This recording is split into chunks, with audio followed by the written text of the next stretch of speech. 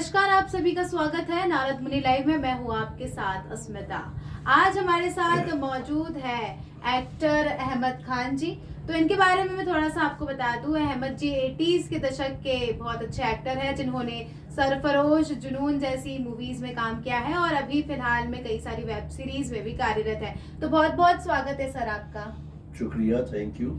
Sir, हम सब आपके शुरुआती करियर के बारे में जानना चाहेंगे कि आप 80 के दशक के एक्टर हो। तो उस समय आपको कब ऐसा पता चला कि आप एक्टिंग के लिए बने हो? आपको शुरू से एक्टर बनना था? हाँ, शुरू ही से बनना था क्योंकि एक लोग कहते हैं कि बोर्न एक्टर के पैदाइशी एक्टर है। तो मैं मतलब पैदाइशी ही एक्टर हूँ, और बल्कि यूँ कहूँगा कि मैं पैदा होने से पहले से ही एक्टर था। जी। क्योंकि जब मैं पैदा हुआ, मुझे अभी भी याद है वो एज अपनी जो 6, 8, 7 साल की थी। तो तब से, और वो मुझे याद है पूरा उस वक्त का लेके, और तब से और अब तक कि बहुत कुछ ड्रामेबाजी किया करता था घर में। सारा कुछ चलते चलते फिर इत्तेफाक हो गया कि जो कहते हैं ना कि बिल्ली के भागो छीका टूटा। तो हम जहाँ का मैं हूँ, मेरी पैदाइश हुई है मलियाबाद, लखनऊ के बिल्कुल पास ये टाउन है। जी।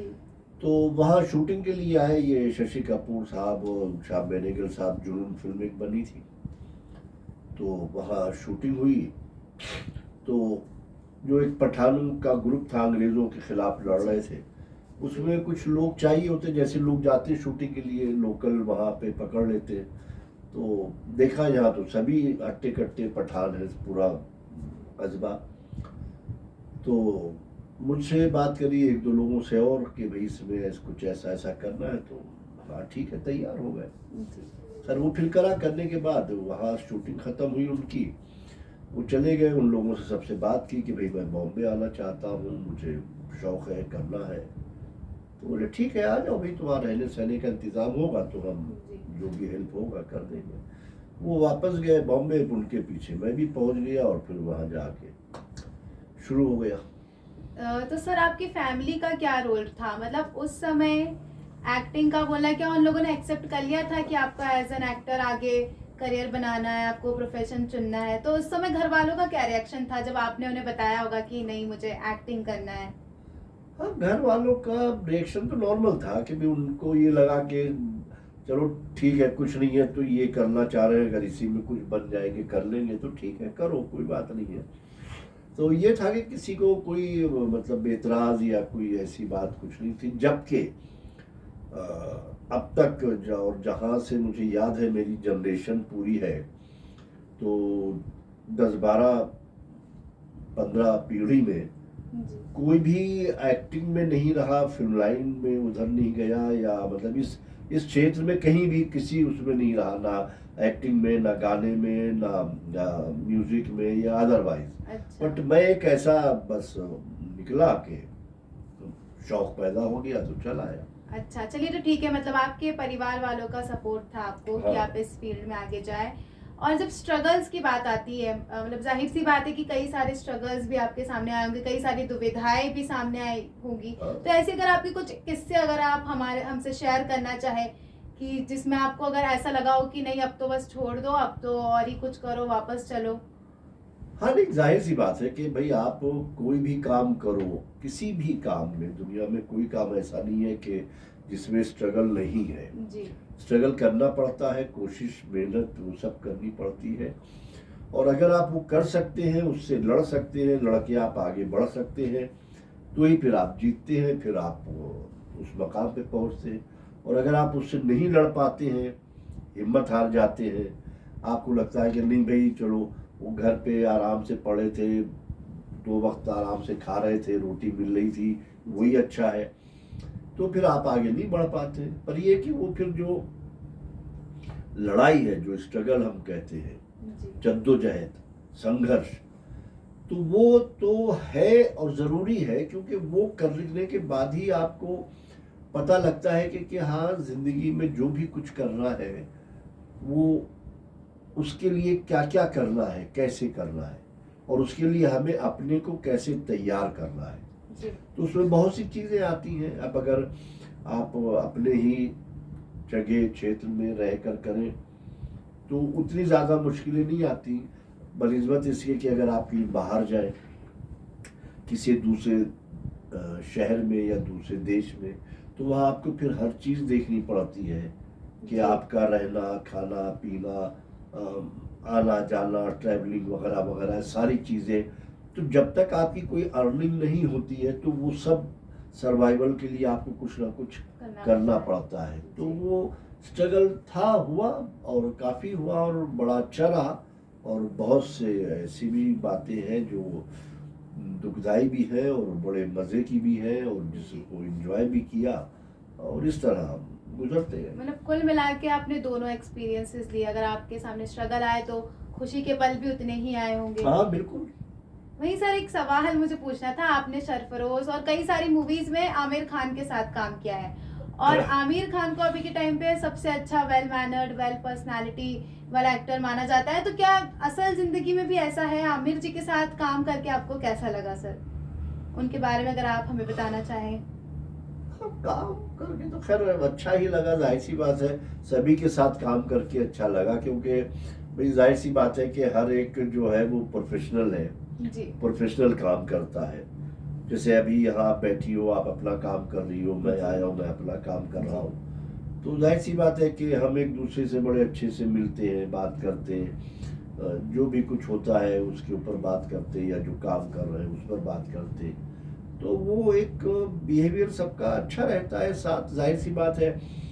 अब क्योंकि ऐसा नहीं है कि जैसे एक फैमिली होती है जो 24 घंटे सातों दिन 300 दिन 365 दिन साथ में है, तो वो एक दूसरे के साथ कभी मजाक, कभी लड़ाई, कभी झगड़ा, कभी कुछ वो सब होता है। तो वो चीज़ें हमारी नहीं होती, क्योंकि हम वक्त ही मिलते हैं जी।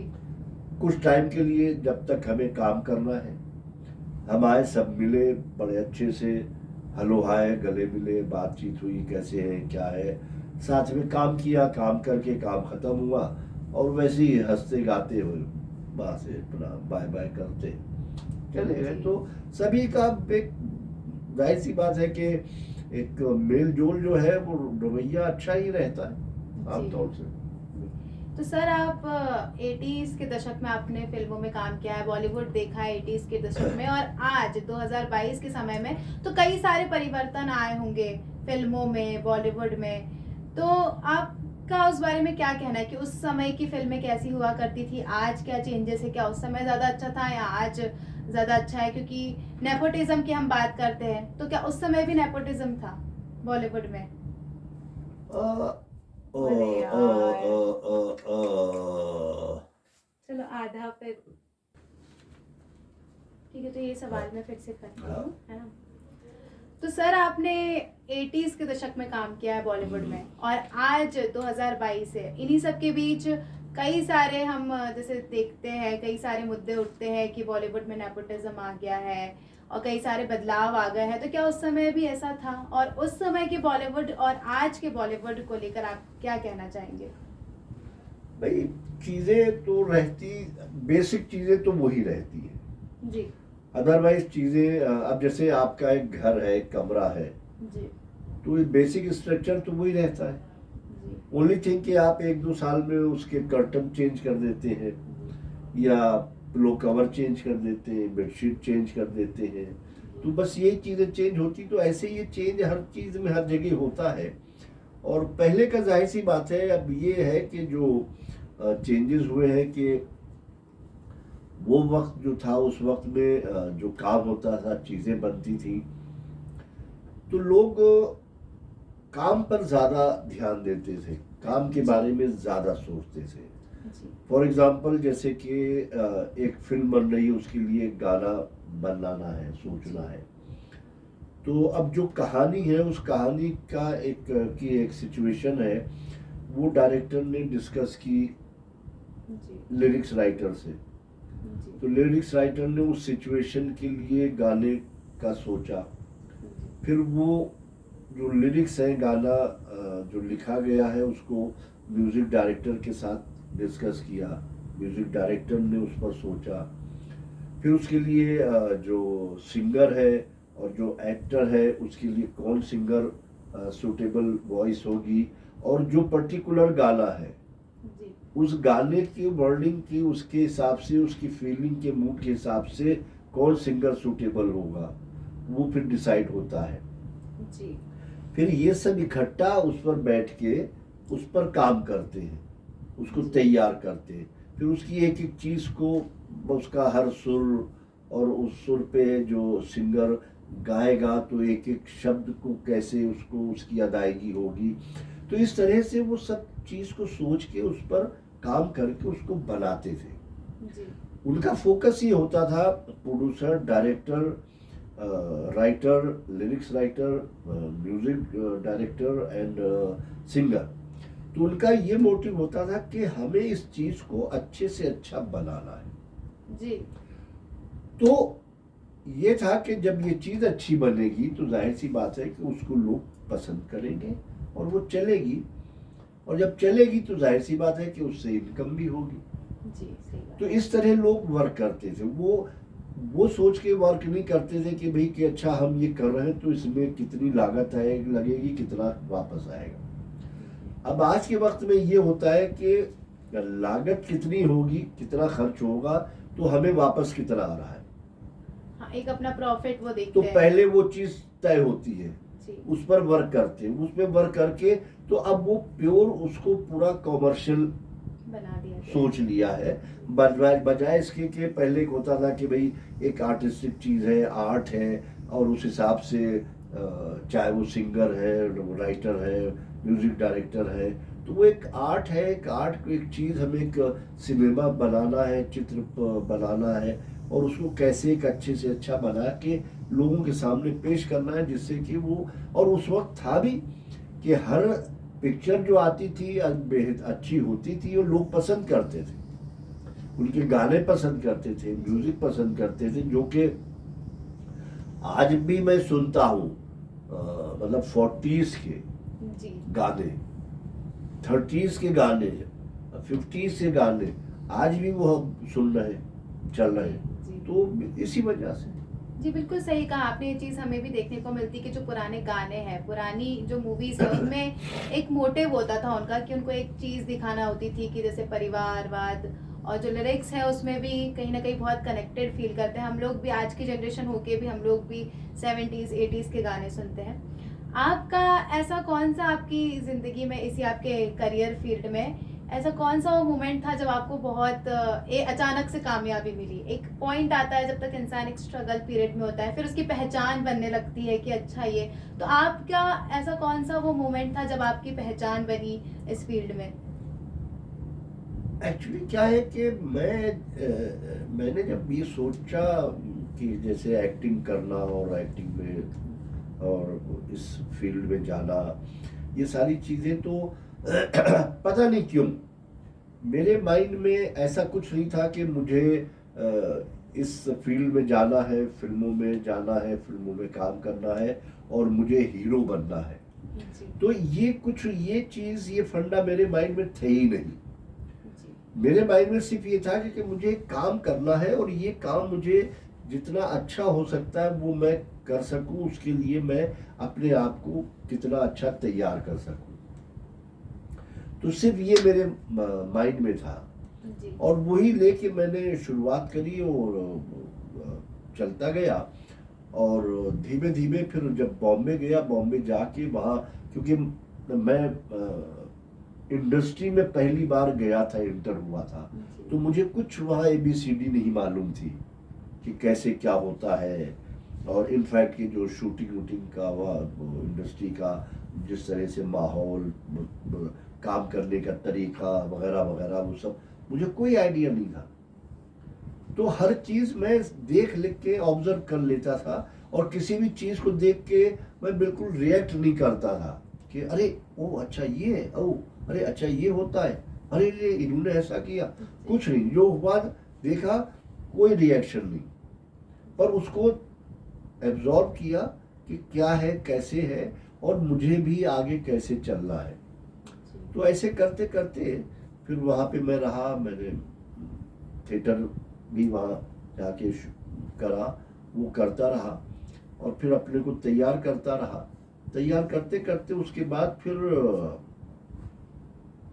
इत्तेफाक ये हो गया कि जो ये मैंने पहली जो फिल्म जुनून की थी, जी तो अब इसमें जितने भी लोग थे, शशि कपूर साहब, श्याम बेनेगल साहब, गोविंद निहलानी साहब जो कैमरामैन थे, Naseeruddin Shah, Benjamin Gilani, Tom Alter, Kulbhushan Kharbanda वगैरह वगैरह, ये सारे लोग, तो इन सबसे एक रिलेशन सा बन गया था। जी तो उनके ज़रिए मैं हर एक से जाके मिलता था, बात होती थी।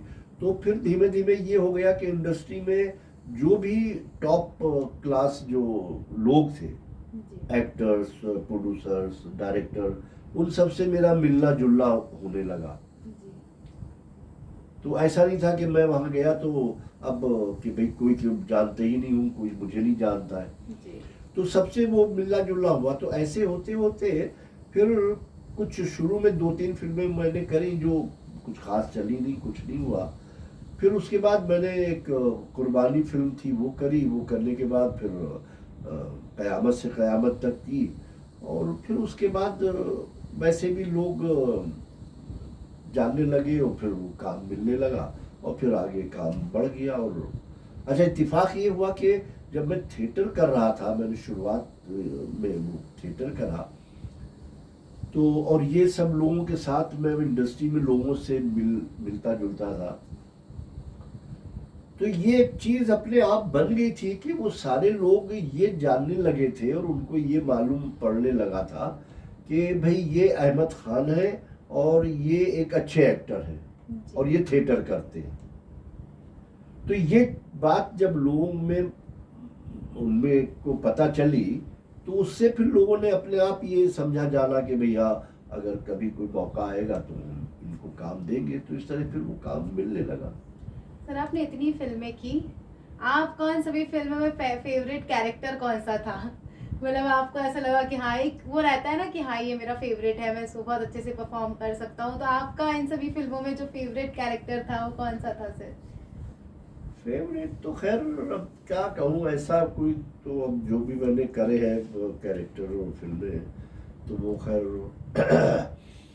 अभी भी लगता है कि ऐसा कि अभी वो करा नहीं है जो चाहता हूँ हो जाए, होना चाहिए। पर ये कि कुछ फिल्में हैं जो जिनके कैरेक्टर हैं जो ठीक ठीक हैं जो मैंने करे, जैसे एक दिल चाहता में है कैरेक्टर, और हालांकि बहुत लेंथी कैरेक्टर नहीं है, जी बड़े अच्छे और शॉर्ट एंड मतलब हाँ बड़ा ही मतलब छोटे छोटे कैरेक्टर है, छोटे छोटे सीन है, बट उनका इम्पैक्ट बड़ा अच्छा है और उनकी जो प्रेजेंस है वो बड़ी अच्छी है। और जैसे दिल चाहता है, ये फिर फना थी, फना जो है सरफरोश है। फिर एक और फिल्म आई है बहुत अच्छी, वो फिल्म है जो हालांकि कॉमर्शियली ज़्यादा नहीं चली, शहर नाम की, जी जिसमें अरशद वारसी भी है और महिमा चौधरी, ये लोग हैं, और बड़ी अच्छी फिल्म है। उसमें मैंने एक कैरेक्टर किया बड़ा अच्छा वो। और उसके अलावा छोटे छोटे जैसे कि ये जो जीता वही सिकंदर, वो भी लोगों को बहुत अच्छा लगा और जी लोग उसे पसंद करते हैं। तो इस तरह से कुछ है ये कैरेक्टर जो ठीक ठीक है। जी सर, जैसे कि अभी आप वेब सीरीज भी कर रहे हो, हाँ। तो आपको क्या लगता है कि इन फ्यूचर जो वेब सीरीज के आने के बाद से बॉलीवुड का फ्यूचर क्या होगा? मतलब इन दोनों में आपको क्या डिफरेंस नजर आए? एक ओटीटी प्लेटफॉर्म में एक्टिंग करना और एक बॉलीवुड में एक्टिंग करना, तो इन दोनों क्या में बीच में आपको कोई अंतर की, कोई एक्टिंग का या कोई काम को लेकर? नहीं कोई अंतर उसमें नहीं भाई। अब जाहिर सी बात है कि जो वेब सीरीज है या फिल्म है या टीवी सीरियल है, जी तो उसका जब हम उसमें के लिए काम करते हैं या शूटिंग करते हैं, तो काम हम वैसे ही करते हैं, एक्टिंग वैसे ही करनी होती है, परफॉर्मेंस वैसे ही करनी होती है, टेक्निकल सारा सब वैसे ही होता है। जी सो इनफैक्ट वेब सीरीज जो है तो वो भी वैसे ही शूट होती है, वैसा ही काम होता है, एग्जैक्टली सेम जैसा कि फिल्म बनती है, एक मूवी बनती है, जी तो उसी तरह उसका भी काम वही होता है। और दूसरे ये कि जो अब ये एक क्योंकि एक जगह अलग बनी हुई है, तो इसलिए वो एक नाम अलग उसका पड़ गया, वेब सीरीज। जी। तो फिल्म और वेब सीरीज उससे का कोई फर्क ऐसा कुछ नहीं है। अब चूंकि जो फिल्म है, मूवीज है, वो थिएटर में हॉल में चलती थी, ये एक अलग जगह पे चलती है, आती है। बट फ्यूचर ये है, क्योंकि बॉलीवुड मतलब कि बॉलीवुड के जो लोग हैं वो वहीं रहेंगे और वही लोग वेब सीरीज बना रहे हैं। जी। और वेब सीरीज का तो ये है कि जो मूवी बनती है फिल्मों से, उससे ज़्यादा बेटर ये बनाना है वेब सीरीज। Web series. जी। और वो बेनिफिशियल है, उसमें बहुत अच्छा और फायदा है। जी। तो सर आखिरी में मैं एक सवाल पूछना चाहूँगी, एक सवाल नहीं, आपसे कुछ टिप्स लेना चाहूँगी। बहुत सारे जो युवा वर्ग है वो भी हमारा ये वीडियो देखेगा और उनमें से कई लोगों को एक्टिंग फील्ड में जाना होगा, तो उनके लिए अगर आप कुछ मूल मंत्र दे सके, कुछ टिप्स दे सके कि जैसे, क्योंकि आजकल स्टूडेंट्स जो युवा है आजकल बहुत कतराते हैं अपना पैशन फॉलो करने में, उन्हें ऐसा लगता है कि इस फील्ड में ऐसा कुछ नहीं है, ये वो, और कई सारे सवाल आते हैं मन में, तो आप उन लोगों के लिए कुछ कहना चाहें? भाई उसके लिए तो देखो, एक चीज सिंपल सी है कि मैं या आप या कोई भी जो काम कर रहे हैं या जो करता है, उसके लिए जरूरी यही है कि जो काम करना है उसके लिए उसके बारे में जानना जरूरी है। तो अगर आपको एक्टिंग करनी है, एक्टर बनना है, तो पहले आपको एक्टिंग के बारे में जानना, समझना और अपने को तैयार करना, अपने ऊपर काम करना। सेम उसी तरह जैसे कि आप जब पढ़ाई कर रहे हैं, स्टडी कर रहे हैं, स्कूल कॉलेज में है, तो जब आपका एग्ज़ाम पेपर है तो उसके लिए आपको एक साल स्टडी करनी पड़ती है, अपने को तैयार करना पड़ता है, फिर आप जाके वो एग्ज़ाम देते हैं, उसके लिए आप तैयार होते हैं। तो उसके लिए ज़रूरी यही है कि अगर आपको एक्टिंग करनी है और एक्टर बनना है, तो आप अपने को पहले उसके लिए तैयार करिए, एक्टिंग सीखिए, एक्टिंग के बारे में जानिए और एक्टर बनने के लिए क्या क्या करना पड़ता है वो भी जानना ज़रूरी है। और उसके साथ ये भी ज़रूरी है कि जो एक्टिंग ट्रेनिंग लेनी है वो किसी अच्छी जगह, किसी अच्छे ऐसे इंसान से लेनी चाहिए जो कि वो भी उसके बारे में उस तरह ही अच्छा जानता हो। ऐसे नहीं कि बहुत से जो अनाड़ी लोग हैं उन वो बुला लेते हैं कि भाई हम 20-30 हज़ार लेके और एक्टिंग सिखा देंगे और करा देंगे, तो उससे कोई फ़ायदा होता नहीं। उसमें बहुत लोग भटकते हैं, मुझे भी मिलते हैं, तो वो बेवजह आपकी 20-30 हज़ार भी जाते हैं और आपका टाइम भी वेस्ट होता है। तो आप वो किसी अच्छे बेहतर इंसान से सीखें जो कि एक्टिंग के बारे में आपको बता सके और उसके लिए तैयार करा सके। जैसे कि मैं खुद कराता हूँ, मैंने सिखाया है, लोगों को सिखाता हूँ, यहाँ भी भोपाल में, बॉम्बे में भी मेरा जो ड्रामा ग्रुप है वो नज़र ग्रुप के नाम से, नज़र ड्रामा ग्रुप, उसमें बहुत से लोग आए जिन्होंने सीखा, उन्होंने काम किया। कई लोग हैं जो यहीं पे हैं और यहीं पे रहकर वो काम कर रहे हैं। उन्होंने खुद अपना एक चैनल शुरू करा है, डायरेक्ट कर रहे हैं, अपना एक ग्रुप खोला है, एक्टिंग भी कर रहे हैं, कुछ लोग बॉम्बे चले गए हैं। तो वो चीज़ इसलिए है क्योंकि हमने उनको उस तरह ट्रेन किया है, ये बोल के और सोच के कि भाई हम आपको इस लायक बनाएंगे कि आप अपने पैर पे खड़े हो। और कल जब आप मेरे पास से सीख के जाएं तो फिर आप ये बोले ज़रूर कि भाई मैंने उनसे सीखा था और उनके साथ रहा था। तो ये ज़रूरी, बजाय इसके कि ये कि लोग कहते हैं कि मैं फला जगह गया, वहाँ 2 लाख दिए, वहाँ गया 3 लाख दिए और पता चला यहाँ आए मुझे मिले वो लोग ऐसे, मालूम हुआ कि वो एक्टिंग के बारे में कुछ जानते ही नहीं और उन्हें कोई आगे काम भी नहीं मिला। तो इस तरह करने से कोई फ़ायदा नहीं है। बेहतर है कि पहले अपने को तैयार करें, तैयार हो, एक्टिंग के बारे में जान के, सीख के, उसके बाद भाई जाहिर सी बात है कि आपको एक कार चलानी है, कार तभी आप चलाते हैं जब आप उसे सीखते हैं, उसके बारे में जानते हैं। बिना जाने सीखे तो नहीं आप चलाते। तो सिंपल यही तरीका है। बहुत बहुत धन्यवाद आपका सर हमारे सेट पे आने के लिए, और मुझे भी पूरी उम्मीद है कि अहमद सर की बातें कहीं ना कहीं सबको काफ़ी ज़्यादा एक राह दिखाएगी। जैसा कि आपने बोला कि एक्टिंग सीखना है तो उसके लिए एक अच्छा मेंटर बहुत ज़रूरी होता है, और इनके जीवन की आज हमने कहानी जानी, छोटे छोटे एक्सपीरियंस जाने। तो आपको हमारा शो कैसा लगा, अपनी राय हमें कमेंट कर ज़रूर बताएं, और ऐसी ही अपडेट्स के लिए, ऐसे ही आने वाले समय में वीडियोस के लिए हमारे चैनल को लाइक शेयर सब्सक्राइब ज़रूर कीजिए। नमस्कार। Thank you.